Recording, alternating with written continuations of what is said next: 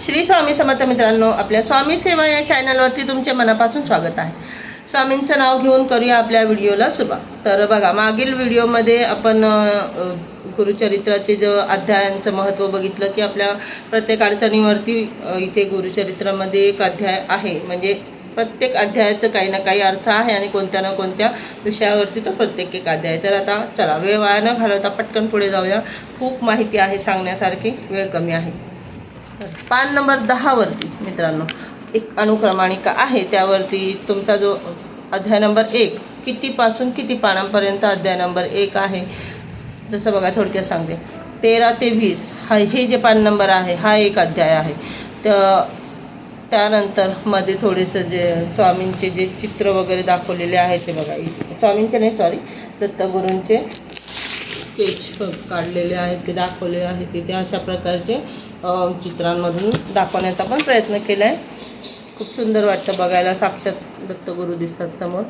आणि हे झाल्याच्यानंतर पुढे आला आपला प्रथम अध्याय। अध्याय पहिला पान नंबर 13 वरतून चालू होत आहे। साक्षात अमृत। अमृत या व्यतिरिक्त दुसरा कोणताही शब्द नाही आहे। आम्ही अनुभव घेतो, आम्हाला अनुभव आले आहेत म्हणून दुसरा शब्द निघतच नाही तोंडामधून। स्वामी चरित्र सारामृत असू द्या किंवा गुरुचरित्र असू द्या, हे खरोखर आपल्याला मनुष्याला देवांनी दिलेलं हे अमृत आहे। ज्यांनी अनुभव घेतले त्यांना काहीच पुढे मला बोलायची गरज नाही, पण ज्यांना नाही माहिती त्यांना किती सांगावं, काय काय सांगावं गुरुचरित्राबद्दल किंवा स्वामी चरित्र सारामृताबद्दल। जितकं सांगितलं तितकं कमीच आहे, कारण की आम्ही अनुभव घेतलेले आहेत। असं वाटतं किती बोलू, आणि एकदा का बोलायला सोडलं ना तर वेळ माहिती नाही पडत आम्हाला। हे आमचे अनुभव आहेत, तर कुठे ना कुठे आम्हाला आम्ही प्रचिती घडलेली आहे। आम्ही जगतो स्वामींच्या अनुभवामध्ये, दत्तगुरूंच्या अनुभवांमध्ये जगतो, म्हणून सांगताना खूप आनंद होतो मित्रांनो। पहिला अध्याय तर पूर्ण नाही वाचून दाखवणार मी, तुम्हाला थोडं थोडं सांगते की ते कशावरती आहे, कशाबद्दल आहे। बघा, अध्याय पहिला मंगल आचरण, शिष्याच्या हृदयातील गुरु भेटीची तळमळ।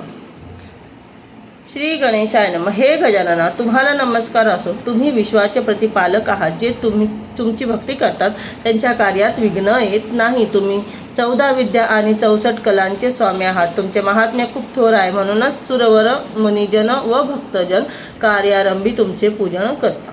तर पहिला जो अध्याय आहे त्याच्यामध्ये गणपती बाप्पा यांची स्तुती केलेली आहे। गणपती बाप्पांचं सुरुवातच करायचीच असते आपल्याला गणेशाची पूजेने। अध्यायाच्या पहिल्या सुरुवातीला गणपती बाप्पा यांची स्तुती केलेली आहे। तर त्याच्यामध्ये जे आहे मित्रांनो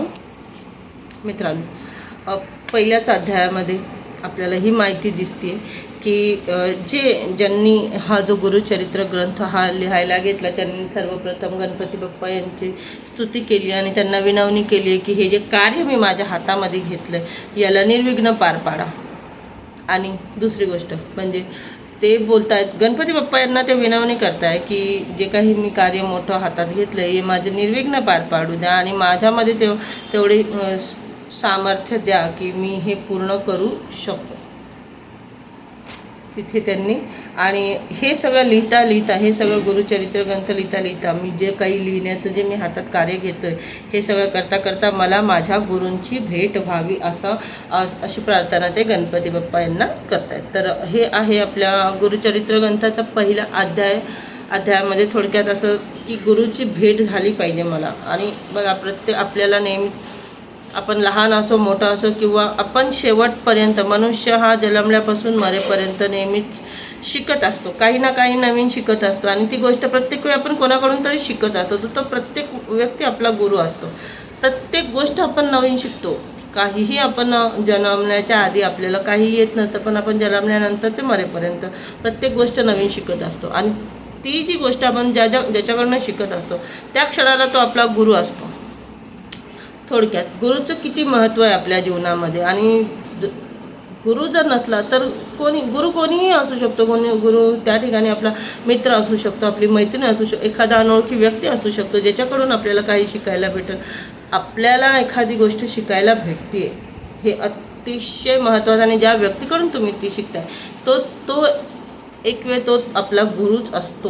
प्रत्येकजण असं नाही आहे की आपण मोठे आहोत तर नाही आपल्याला काही शिकायची गरज नाही वगैरे, आणि आपण कधी असं नाही, कळत न कळत आपण दररोज काही गोष्टी शिकत असतो आणि त्या ज्यांच्याकडून शिकत असतो ते आपले गुरु असतात. तर जे कोणी आहे त्यांना हे जे ग्रंथ ते लिहित आहे त्यांनी हेच बोललं की हे जोपर्यंत हे माझं कार्य पूर्ण होईपर्यंत मला माझ्या गुरुशी भेट होऊ द्या, अशी त्यांनी त्या ग्रंथामध्ये गणपती बाप्पा यांच्याशी प्रार्थना केलेली आहे.